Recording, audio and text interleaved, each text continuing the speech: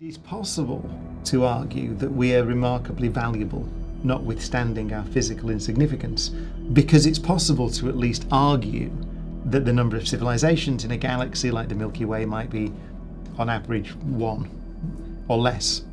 Carl Sagan famously said it's possible that civilizations don't get beyond this stage that we're at. So when you industrialize as a civilization, so the pre-spaceflight era, or pre-interstellar flight era, you will hit problems which are probably common to all civilizations because they're just part of the laws of physics. So one of them is the challenge you pose to the climate of your planet.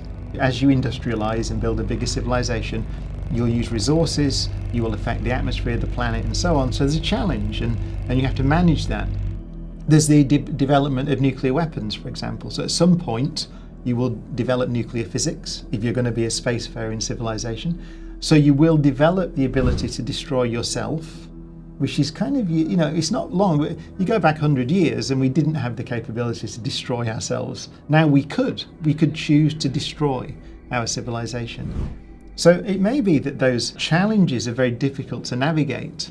It may be just kind of one of those, not quite a law of nature, but a law of societies, that they're just not able to navigate the challenges that industrialization and the development of nuclear science and so on raise. We haven't passed that test yet.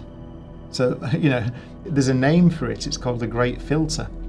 So one of the arguments, so what we're asking here is there a filter that, let's say the filters are now passed. So let's say that it's just the difficult thing is for life to go from single cell life to multicellular life.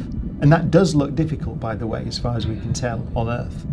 So maybe that's a filter, maybe it just doesn't happen very much. So there are microbes everywhere and nothing very complex. Then we'd be happy, right? Because we've gone through the filter. But it could be the filter is in our future.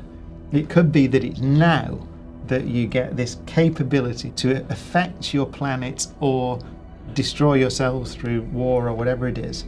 That's a filter, and we're approaching it. And it could be we don't pass through it.